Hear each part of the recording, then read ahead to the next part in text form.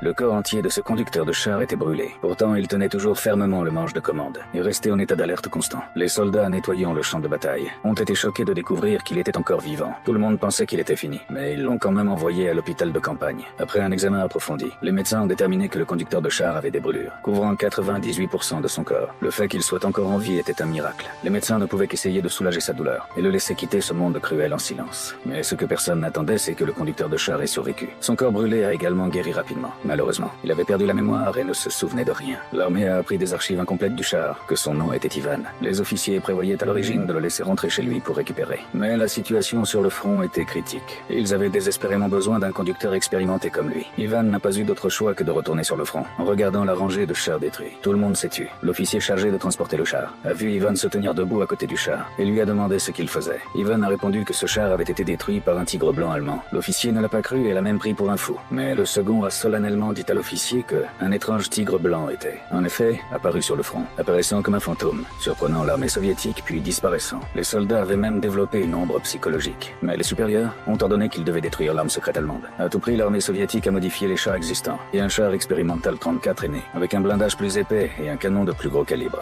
Des moteurs et des chenilles améliorées. C'était peu être la seule chose qui pouvait rivaliser avec le tigre blanc.